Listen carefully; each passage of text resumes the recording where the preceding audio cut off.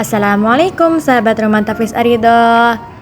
Di video ini lagi-lagi kita akan membahas tentang seri keajaiban langit yang berjudul Matahari sebagai sumber energi.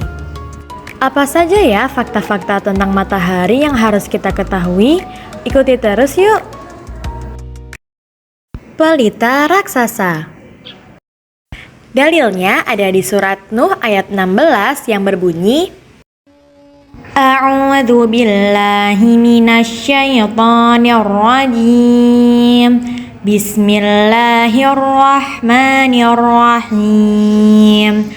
Wa ja'alal qamara fihinna nuran wa ja'alasy syamsa siraja. Dan di sana dia menjadikan bulan bercahaya dan matahari sebagai pelita yang cemerlang. Al-Quran menyebut matahari sebagai siraja, artinya pelita. Pelita panas serta raksasa yang menerangi tata surya.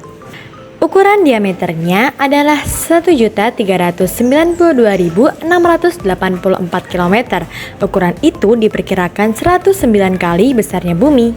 Beratnya adalah 330.000 kali berat bumi dan jarak matahari ke bumi sekitar 150 juta kilometer. Tetapi sinar matahari sampai ke bumi dalam waktu 8 menit saja loh. Dahulu orang percaya bumi sebagai pusat tata surya. Planet-planet beredar mengitari bumi.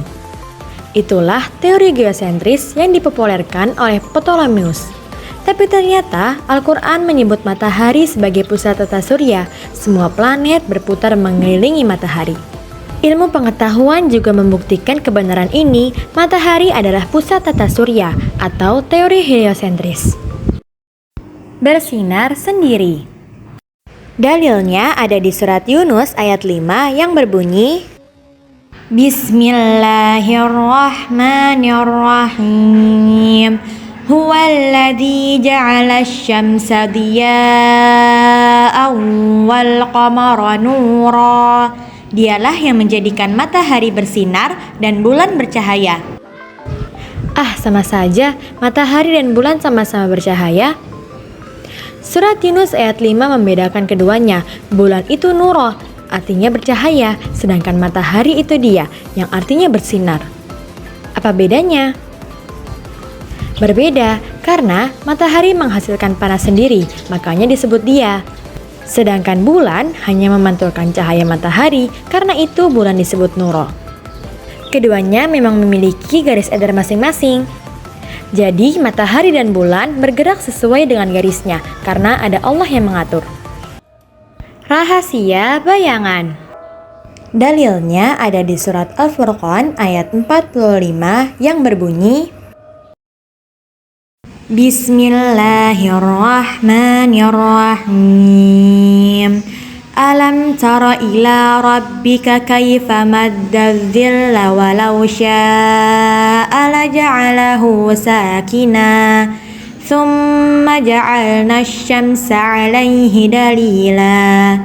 Tidakkah engkau memperhatikan penciptaan Tuhanmu, bagaimana Dia memanjangkan dan memendekkan bayang-bayang? Sekiranya berkehendak, niscaya Dia menjadikannya bayang-bayang itu tetap. Kemudian kami jadikan matahari sebagai petunjuk tentangnya bayang-bayang itu. Setiap manusia selalu diikuti oleh bayangannya. Selama ada cahaya, di situ pula ada bayangan. Dan ternyata bayangan termasuk keajaiban matahari loh. Sinar matahari menjadi sumber adanya bayang-bayang. Bayang-bayang menjadi bagian kehidupan.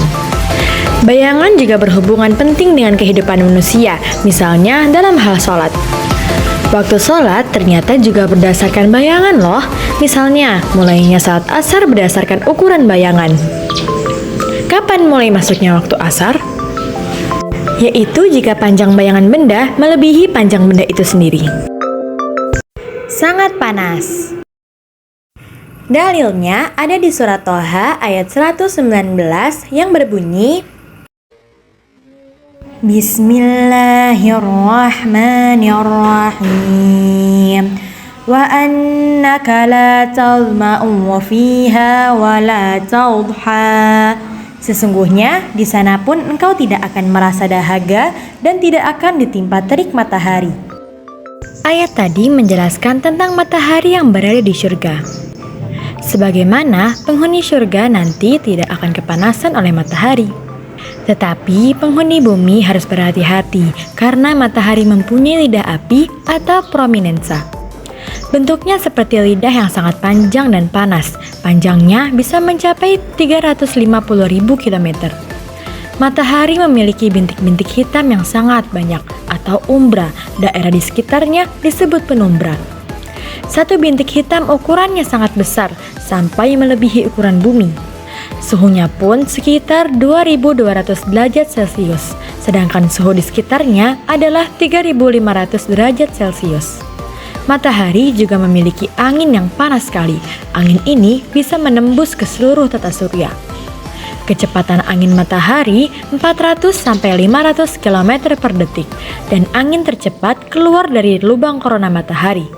Kecepatannya mencapai 750 km per detik dan angin ini sangat berbahaya bagi kehidupan di bumi.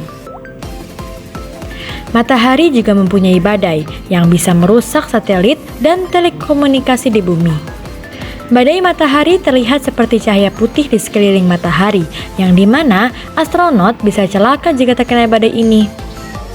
Karena manusia sudah mengetahui keberadaan badai matahari.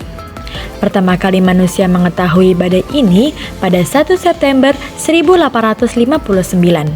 Kejadian itu telah mengganggu komunikasi Amerika dan Eropa. Bagian-bagian matahari. Core adalah sebutan inti matahari yang berada tepat di tengah dan menjadi pusat energi panas matahari. Di inti matahari terjadi pemecahan atom, sehingga atom-atom itu menjadi elektron, proton, dan neutron. Itulah yang membuat inti matahari menjadi super panas, suhunya mencapai 15 juta derajat Celcius. Inti matahari diselimuti oleh lapisan zona radiatif yang suhunya sekitar 2-7 juta derajat Celcius. Ada lagi zona konvektif yang melapisi zona radiatif. Suhu lapisan ini sudah turun menjadi 2 juta derajat Celcius. Kemudian ada juga lapisan fotosfer yang menyelimuti matahari. Fotosfer disebut juga lapisan cahaya karena dia yang memancarkan sinar dari energi panasnya. Masih ada lagi lapisan yang disebut kromosfer di atas fotosfer. Sinar kromosfer kalah dengan lapisan fotosfer. Akibatnya, sinar kromosfer nyaris tidak terlihat, tetapi saat gerhana matahari total sangat tampak jelas. Lapisan kromosfer terlihat mencolok dengan warna merah. Hal itu disebabkan tingginya kandungan helium.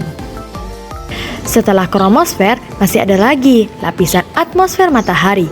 Atmosfer matahari bisa dilihat dengan teleskop.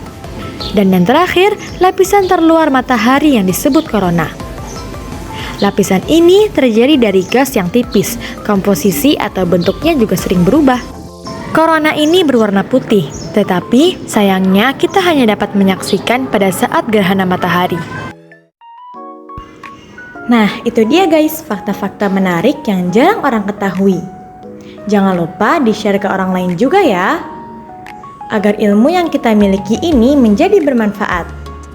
Ya udah ya, segitu dulu. Jangan lupa like, komen, dan subscribe. Bye-bye. Wassalamualaikum warahmatullahi wabarakatuh.